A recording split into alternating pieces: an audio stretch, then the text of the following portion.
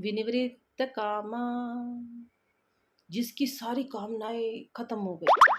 अब सारी कामनाएं खत्म होना, फिर वही बात आती है, हम तो बोल देते हैं और आप सुन लेते हो कि भाई जिसकी सारी कामनाएं खत्म हो गई हैं। बड़ा कहना आसान है, लेकिन जब धीरे धीरे हम परमात्मा में दृढ़ता से निश्चय कर लेते हैं तो हमारी कामनाओं का थोड़ा थोड़ा थोड़ा थोड़ा खत्म होनी शुरू हो जाती है। द्वंद्वेर विमुक्ता, यानी कि हर प्रकार के द्वंद्वों से।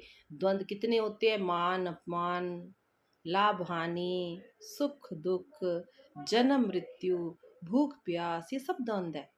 इन सब से मुक्त हो जाना, इन सब से छूट जाना, इसको कहते हैं द्वंद्वेर विमुक्ता सुख दुख संजय। गच्छन्त मूढ़ा पदम वयम तत्।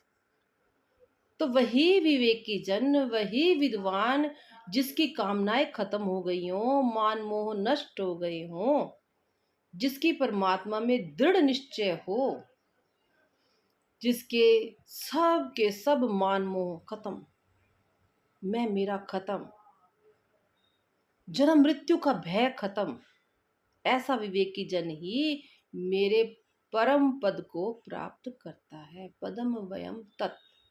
तो वही तत्व से मुझे जानकर, तत्व से यानी कि जो आत्मा मुझ में है वही आत्मा सभी प्राणियों में है, यही तत्व से जानना है।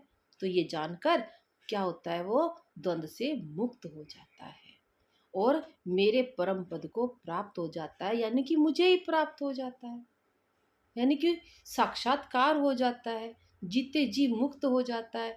ये सब शब्द है, ये सब शब्द है, इसको निर्वाण पद भी बोलते हैं।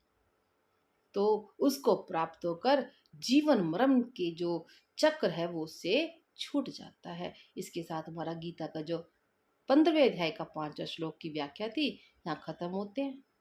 धन्यवाद। हरिओम।